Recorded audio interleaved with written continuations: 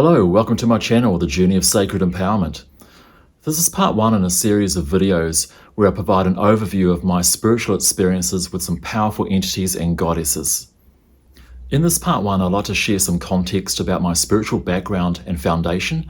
Then I'll describe exactly how I met Goddess Lilith and how she came to me. Since working with Goddess Lilith, I've always had a stirring within me to present a fresh take and a unique perspective based on my own spiritual experiences. And I hope to present her to the world the way she wants to be presented, at least based on my own spiritual path with her. Please stay tuned for part two, where I'll speak much more about what Goddess Lilith has brought to me, as well as talking about Goddess Nayama. It's worth adding here that this is just one facet of my overall life's journey, and we all have an everyday life that we must remain grounded in. We're spiritual beings having a human experience, and balance is very important, especially on a strong spiritual path. Alright, let's get started, and I hope you find some inspiration from my spiritual journey and my encounters, and I'll see you at the end of this video. Earlier in my life, I moved through Christianity, eventually became strongly dissatisfied and disillusioned, and underwent a spiritual crisis of sorts in my early 20s. I learned to stand up to the authority figures in my life and break away. It took courage, but I always knew I had an independent spirit. If you're starting a new spiritual journey like I did, it's important to release any negativity because you now have a higher calling, and what you experienced then no longer defines you now. So I broke away from the church about 30 years ago, although it would take some time to fully release my fear. I began to spiritually awaken to new truth with a study of near-death experiences. I thirsted for the truth of the afterlife and gained a lot of wisdom and knowledge from them, including the solace and relief of a positive realm after death and of living many lives. Reading NDEs had a profound impact on me. One thing that struck me was the emphasis on divine love regardless of what has happened, and the ultimate unity of all things. This understanding has never left me and never will. NDEs continue to be an astonishing source of raw spiritual data to me. I began meditating regularly. This began changing my life and shifting my vibration for the better. I felt more peaceful, and my heart began to open on this new spiritual journey, and interacting with other people flowed more easily.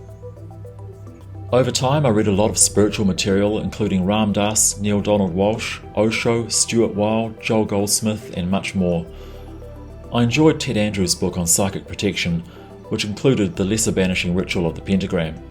I studied tarot. I read and looked into Hindu philosophy, Vedanta, mantras, non-duality, the Indian saints, Bhagavad Gita, Tao Te Ching, mysticism, and so on, knowing there's really only one being in the universe. My spiritual foundation in life was now formed. Now, around 2016, after a lull in my life, where I wasn't studying and meditating much, I was listening to a particular rock song and the lyrics seemed to speak to me. It was as if something was saying, you know you want more occult knowledge, you want power and magic, it's always fascinated you. And yes, I always had a deep fascination within me about the occult and the left-hand path as well.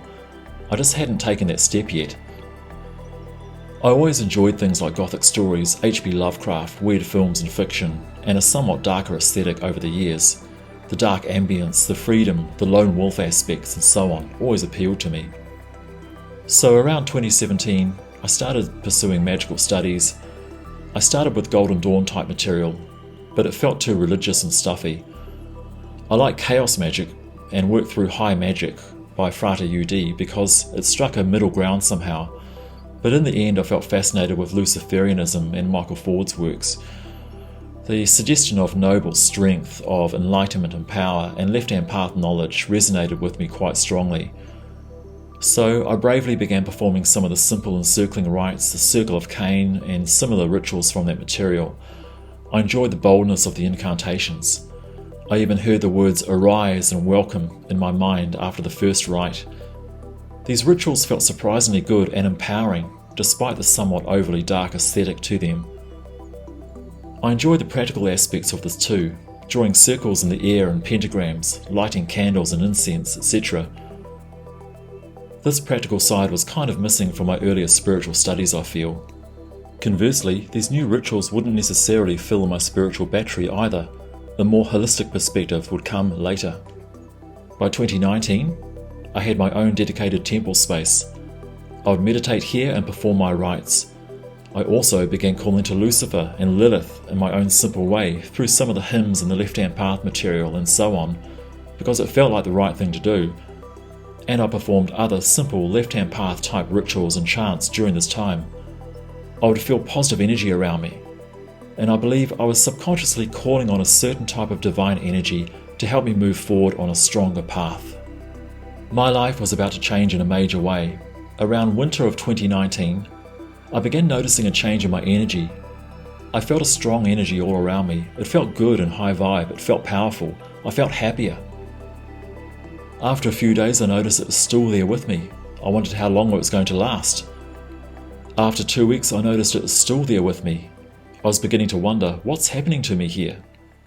Somewhere around this time, at bedtime, I had a vision of a very lowly looking young woman in a white dress sitting on a rock in the wilderness, or similar.